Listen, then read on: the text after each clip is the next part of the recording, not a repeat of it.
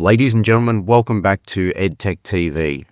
Today we're speaking with Steve Smith, Director of Education at Civica APAC, about a challenge every school system is facing: how to modernise school operations without adding complexity for teachers, leaders, students or families. This discussion focuses on a simple but important idea. When schools reduce administrative burden, connect fragmented systems and give leaders better visibility across their data, educators can spend more time on teaching, student support and earlier intervention. Civica's Education Suite is positioned as a software-as-a-service-based web-based school management platform designed to streamline school administration, improve productivity and support more connected operations across individual schools and large school networks. We'll also explore the role of AI, not as a standalone solution, but as something that depends on the foundation schools put in place first: clean data, integrated systems, trusted workflows, and a clear understanding of the outcomes they want to improve. Steve, welcome to the show. Can I ask you to start off by telling us a little bit about your background and what Civica does so that people watching this can understand the context of this conversation? Thanks, John. My name's Steve. I've been with Civica for a little over a year now. I've been working in the education space for a little over a decade. And here at Civica, we're a GovTech software provider working with citizens across every stage of their journey. So education, local government and healthcare. And we're excited to be speaking with you all here today. So let me begin by just asking you, across the school network, what are the biggest operational pain points you're seeing today? And how do fragmented systems and manual processes ultimately affect teaching time and student support? It's quite a topical area at the moment. The biggest challenge that we're seeing is fragmentation. So most schools are still operating with multiple siloed platforms across finance, reporting and communications. What this means in the real world is it's translating to less times for teachers to focus on engagement, wellbeing and early intervention with students. So this fragmentation doesn't just come with inefficiencies, it impacts the school's ability to respond quickly and consistently to students' needs. So when people hear school administration software, they may think of back office efficiency. How should education leaders think about operational improvement as something that directly supports student outcomes? It's a really good question. Operational improvement isn't a back office issue, it's fundamental to student outcomes. So if we think about it, every process in a school, whether it be attendance, reporting, wellbeing tracking or communications, they all feed directly into how effectively a school can support its students. So if those processes are slow, fragmented or inconsistent, the impact shows up in delayed decisions and missed opportunities to intervene. For people who are watching this that may not be aware, what is the difference? Because we're talking about administrative tasks and functions and improvements and all the rest of it in a software space. What is the difference between the Civica Education Suite or CES and a typical learning management system? Yeah, sure. So Civica Education Suite is quite multifaceted. So it covers all of your back office administrative functions. So think finance, think attendance, think timetabling, think academic reporting. All of that's covered in Civica Education Suite. And then as we delve into the learner management system, we have a product called Teacher Toolkit, which arms teachers with the information they need to make the appropriate decisions. We also acquired an organisation by the name of DAMAP just over a year ago, and that's Teacher Toolkit, but on steroids. It gives the teacher, the student, and the parent that full 360-degree view of the student. So not only how are they performing academically, but it's a repository for storing parent, teacher, interview data. It gives us data on how the student's performing from a wellbeing perspective, and from that it can trigger the appropriate interventions and decisions for educational institutions. So teachers and school leaders are under constant pressure. Where can technology make the biggest practical difference in reducing repetitive admin work without creating another system for staff to have to try and manage or get their head around? The key here is simplification, right? It's not about adding more tools, it's about simplifying the environment. There are a number of areas where technology can make an immediate difference, such as automating repetitive tasks like reporting, attendance and communications, reducing duplicate data entry by connecting systems, and surfacing insights automatically.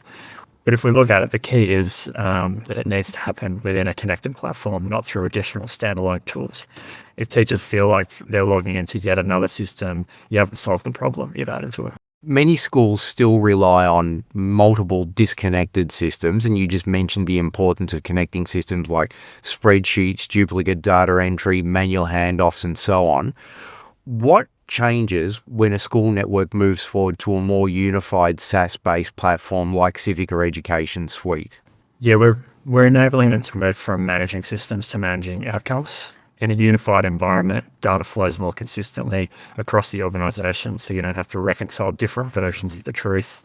At a practical level, processes become standardized across schools, reporting becomes more consistent and timely, updates and improvements are managed centrally through SaaS rather than locally, but more importantly, it gives leaders and educators confidence that they're working from accurate, current information, which is what enables better decisions across the network. So for principals, chief information officers, network administrators, system leaders, what kind of visibility do they need in order to identify student needs earlier and make better decisions across the school or network? Yeah, I think the key there is insights. There's no shortage of data out there, but it's about providing valuable insights that give the key stakeholders real insights across attendance, wellbeing, and academic progress. The ability to identify trends early, whether at a student, cohort, or system level, and clear, consistent reporting across all schools. When that visibility is in place, decision-making becomes proactive rather than reactive. So education departments and school networks often need to modernise carefully because they're dealing with critical systems, sensitive student data, and a large number of users. What does low-risk modernisation look like in practice? Yeah, so in my experience and what we're hearing from the market at the moment is it's all about continuity. And what that means in practice is when you're moving away from legacy environments, you have to do it in a way that doesn't disrupt schools and their day-to-day operations. For schools, even small disruptions can have a significant impact. So stability is critical. How do we succumb that challenge? Well, in practice, it's looking at phased or controlled transitions rather than big bang replacements, strong governance and clear delivery frameworks with proven implementation approaches that have worked at scale. It's also about ensuring that security, privacy, and data integrity are built into the platform from the start, not treated as add-ons later on. So when it's done well, modernization shouldn't feel disruptive. Yeah, I can imagine. I want to pivot slightly here because there's a lot of interest in AI across education.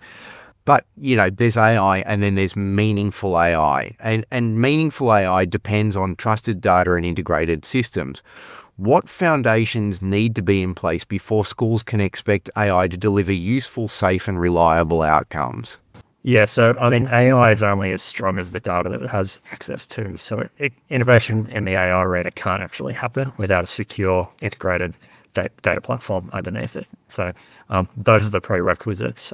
That being said, from what I've seen, my advice would be not to wait for perfect. The safety concerns are real. Everything from student data sovereignty, content filters, appropriate use, but they're all solvable. The risk of waiting now outweighs the risk of acting carefully, from my perspective. What does carefully look like? I think it's making sure that you've got all of the parameters in place. You're engaging the right stakeholders to ensure that you're not putting your students or teachers at risk. Obviously, we want to make sure that the data is secure.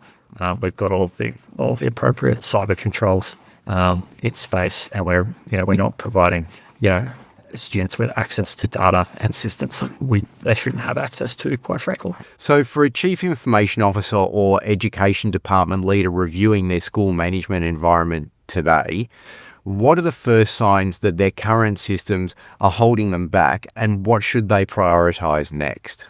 Yeah, so the clear indicators are things like duplicated effort across multiple systems, delays in accessing or trusting the data that's available to them, reliance on spreadsheets, processes, and inconsistent reporting across schools. This signals that they need to simplify the underlying architecture by moving to a unified platform where data flows seamlessly, processes are automated, and staff can focus on what matters most, which is teaching. Last question for you, because I know we're limited on time. The whole transition from what schools have been doing to a system or software as a service like the CES suite that you're talking about might sound terrifying for a lot of school admins or chief information officers or even school principals, just the whole concept of trying to modernize their systems. How hard is it, and how much support do you provide throughout that process? Yeah, so I don't want to downplay it. It's a significant change management piece because we're often working in environments where teachers and jurisdictions have been used to using a system for sometimes 20 plus years, and moving to something new can be quite daunting. But we try and look at the efficiencies and and the gains that they're going to get out of moving to our system, and it's usually quite a comprehensive process that we run through, and we've got to convince them that just because your old system used to do it a certain way, we're not taking away the outcome. You're still going to deliver the same outcome for your students. We're just look to help you do it in a much more efficient way, and in a way where we're relying on governments to govern and teachers to teach. So if people want to know more about Civica or the Civica Education Suite, where do they go? They can visit our website. We're also presenting at EdTech, which is coming up next week on the 4th of June. We'll have our head of product along with a couple of our strategic customers there. So please come and visit our booth. We'd love to have a talk to you. Fantastic. Well, Steve, thank you very much for your time. I appreciate you joining us on the program, and we look forward to chatting to you again next time. Perfect. Thanks, John.